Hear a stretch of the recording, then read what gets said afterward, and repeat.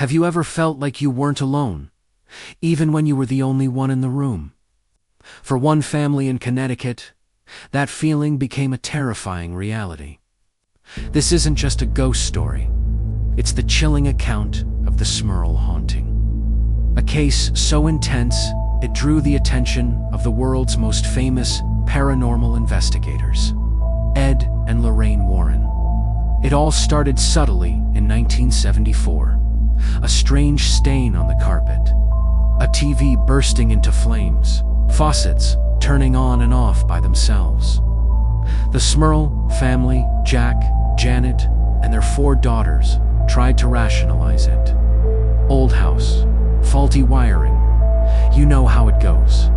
But things quickly escalated. The phantom smells, a mix of foul odors, filled the air. Unseen hands pushed one of the daughters down the stairs.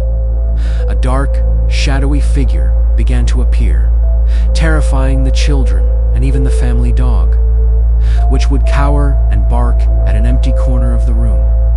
Jack and Janet were at their wits' end. They were devout Catholics, and they started to believe something truly evil had invaded their home. They reached out to the church, but the initial investigations brought no relief. The activity only grew more violent. Loud, banging noises erupted from the walls at all hours. Objects flew across rooms. The family members reported being physically assaulted by an invisible force. Jack even claimed a succubus, a female demon, tormented him at night. Desperate, they finally contacted Ed and Lorraine Warren in 1986. The Warrens, known for their work on the Amityville case, confirmed the family's worst fears. They claimed the house was infested by not 1, but 4 powerful spirits, one of which was a violent demon that was fixated on the family. The Warrens conducted exorcisms and prayer sessions, but each attempt seemed to only enrage the entity. The demon, they said, was refusing to leave. The haunting became a media sensation. Reporters camped outside the Smurl's house on Chase Street. The family appeared on television, sharing their horrifying experiences with a captivated and skeptical public.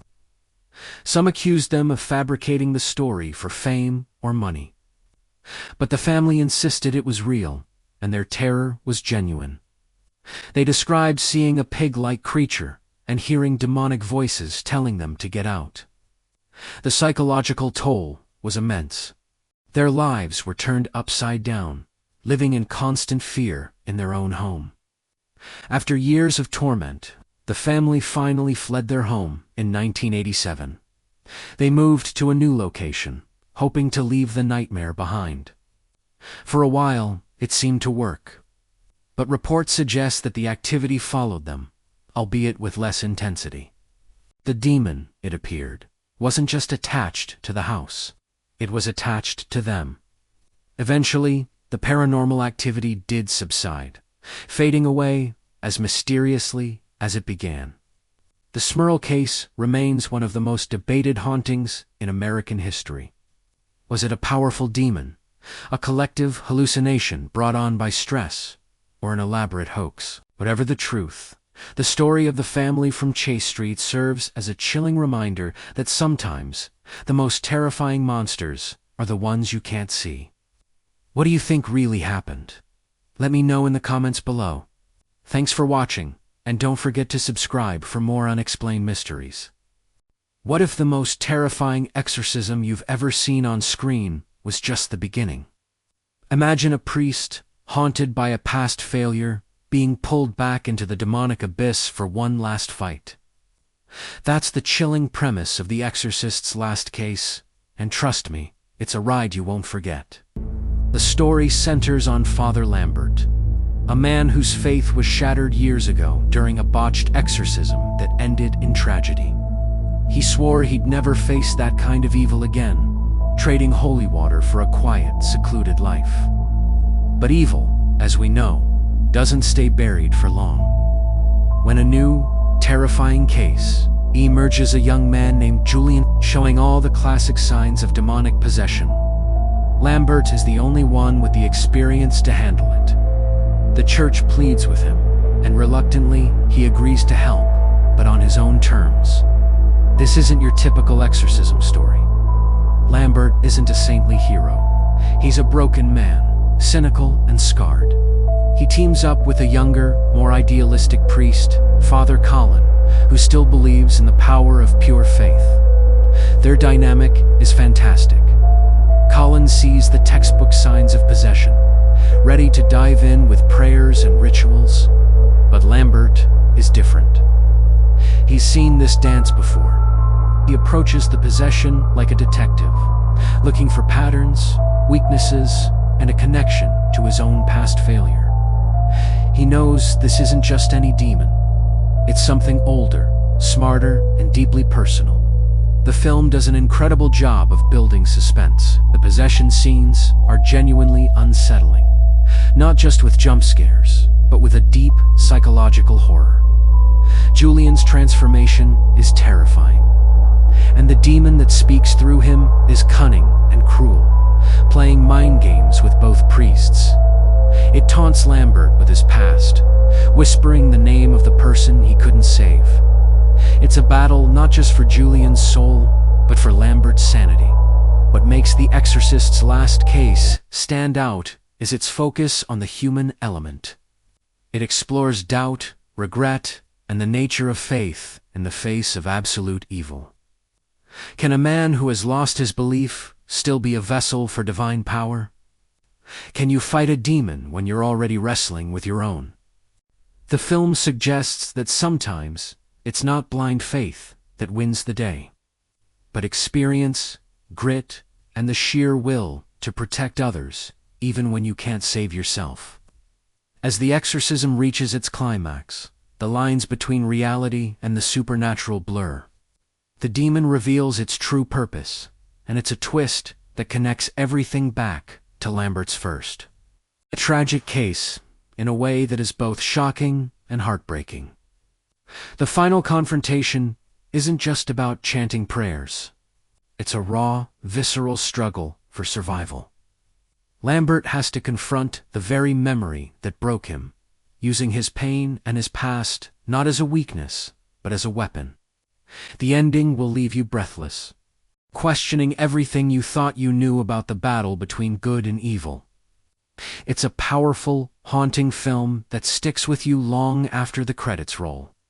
It's more than just a horror movie. It's a character study wrapped in a supernatural thriller. If you're a fan of smart, psychological horror that gets under your skin, you absolutely have to check out The Exorcist's last case. So, what are your favorite exorcism movies? Let me know in the comments below. And if you enjoyed this breakdown, do forget to hit that like button and subscribe for more deep dives into the best of horror. Thanks for watching. Imagine this.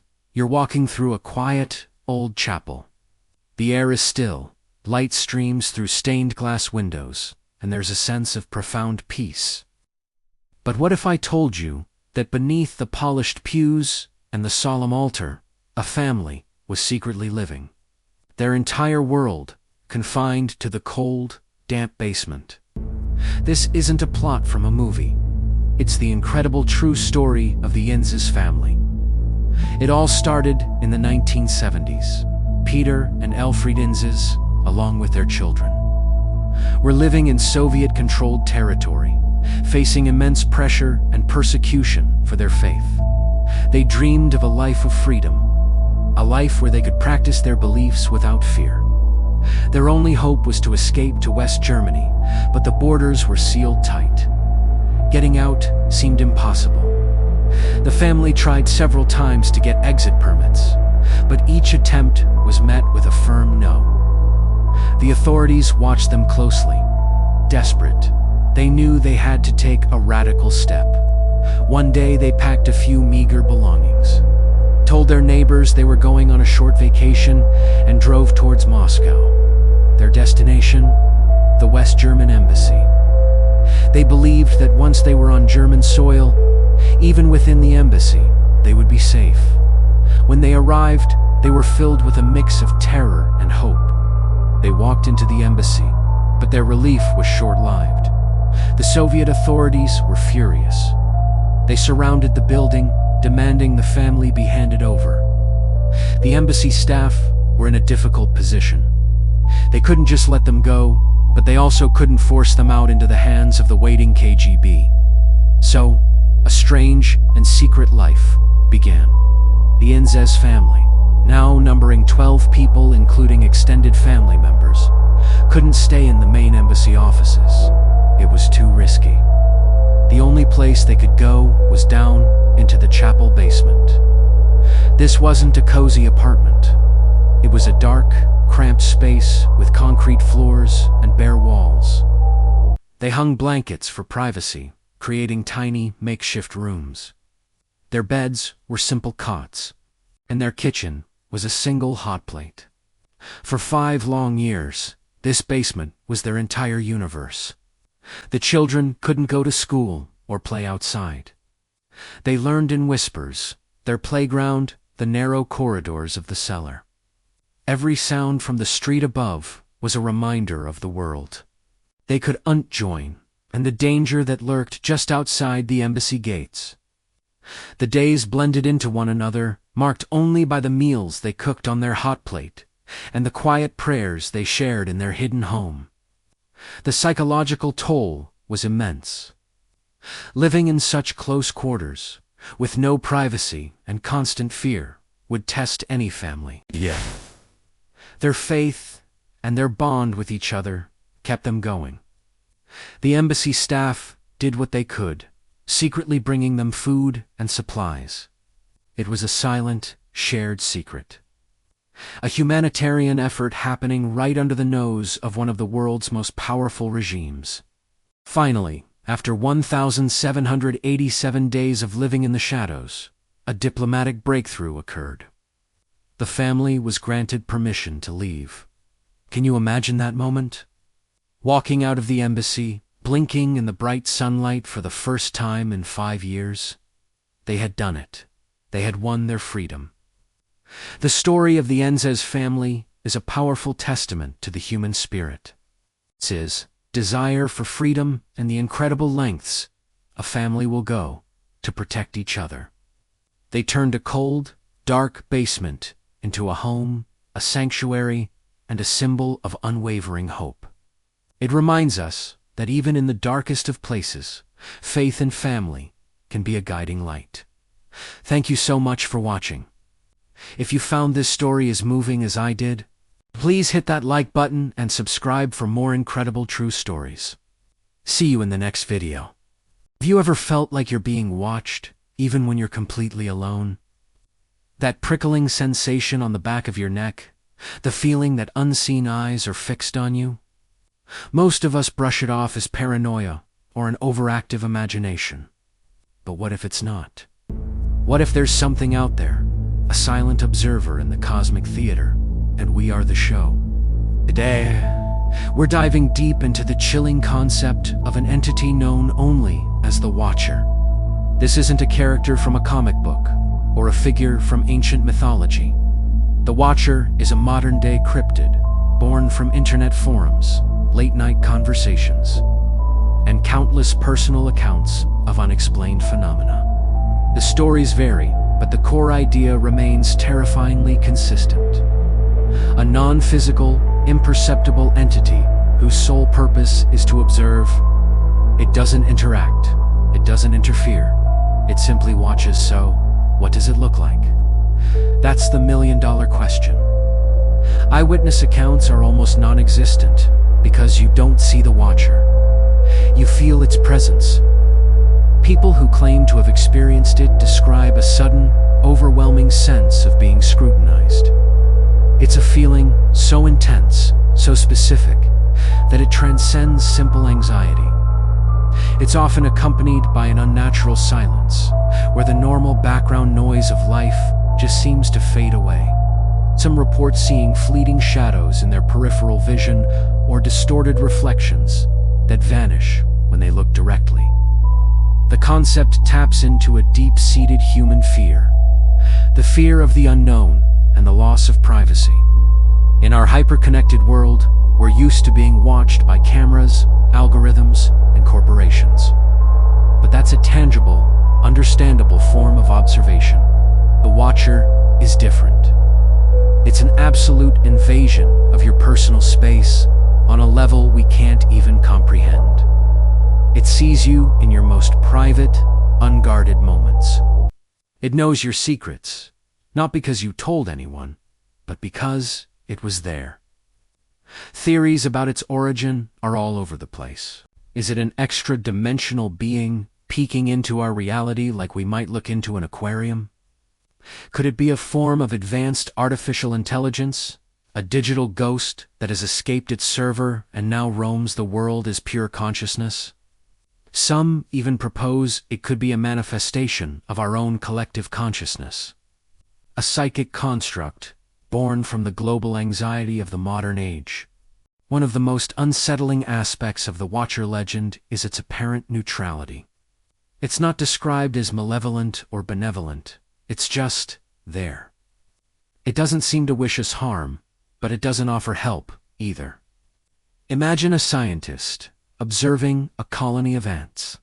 The scientist doesn't hate the ants, nor do they love them. They are simply a subject of study. Could humanity be the Watcher's grand experiment? Are our triumphs, our tragedies, our loves, and our wars nothing more than data points for some cosmic researcher? This idea forces us to confront our own significance, or lack thereof. We like to think of ourselves as the masters of our own destiny, the main characters of the universe. The existence of the Watcher suggests we might just be extras in a story we couldn't even perceive. It's a humbling and deeply unnerving thought. So, the next time you get that feeling, that unmistakable sense that you are not alone, take a moment. Don't just dismiss it. Consider the possibility that you've caught the attention of the Watcher, and ask yourself, what is it seeing? And why is it watching you? What do you think? Is the Watcher real, or just a modern folktale? Let me know your own theories and experiences in the comments below. Thanks for watching, and if you enjoyed this dive into the unknown, be sure to subscribe for more. Stay curious, and maybe try not to think too hard about who might be watching. Welcome back, everyone. Today, we're venturing into the quiet corners of a small town, where faith and fear once collided in a way no one could have ever expected. This is the story of a possession that took place not in some ancient Gothic castle, but within the hallowed walls of a community church, shaking the very foundations of belief for everyone involved. Our story begins in a place you've probably driven through 100 times. A typical small town, with a single main street, a friendly diner, and a white steepled church that served as the heart of the community. For generations, this church was a place of peace, celebration, and comfort.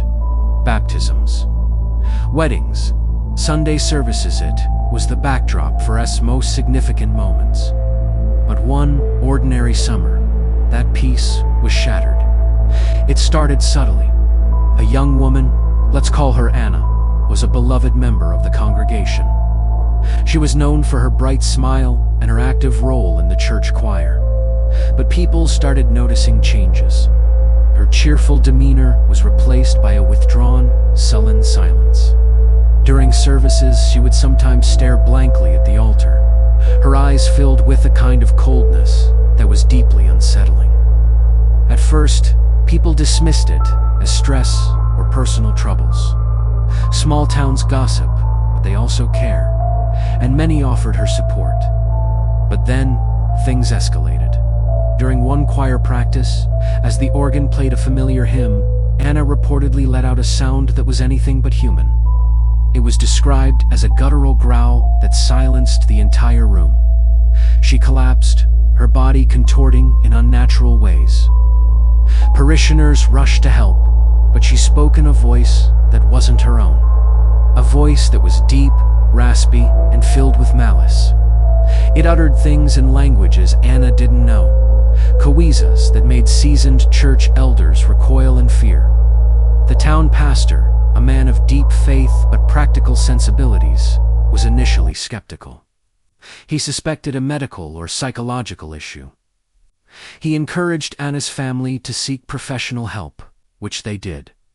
Doctors ran tests, psychiatrists evaluations, but they could find no logical explanation for her condition.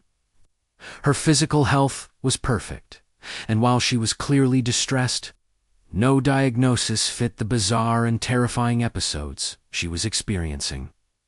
As Elal avenues closed, the pastor was forced to confront a possibility he had only read about in ancient texts: demonic possession. The idea seemed preposterous in their modern, quiet world. Yet, the evidence was becoming impossible to ignore. Obujeksiana would move on their own. Temperatures in a room would plummet whenever she had an episode. And the things she said in that other voice, they were personal, cutting insults aimed at the deepest fears and secret shames of those trying to help her. The decision was not made lightly.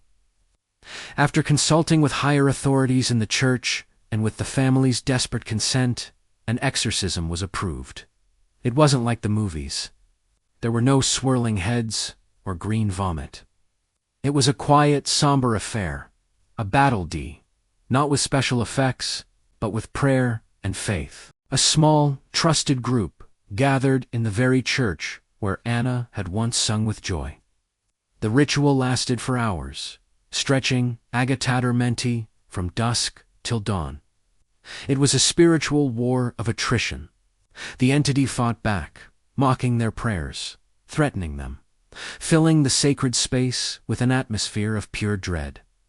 The pastor and his aides held fast, their voices never wavering as they recited the ancient rites, their faith, their only shield. Finally, as the first light of dawn broke through the stained glass windows, a profound silence fell over the church. Anna's body went limp. When she opened her eyes, they were her own, a gancler, confused and filled with fear, but undeniably hers. The cold presence was gone.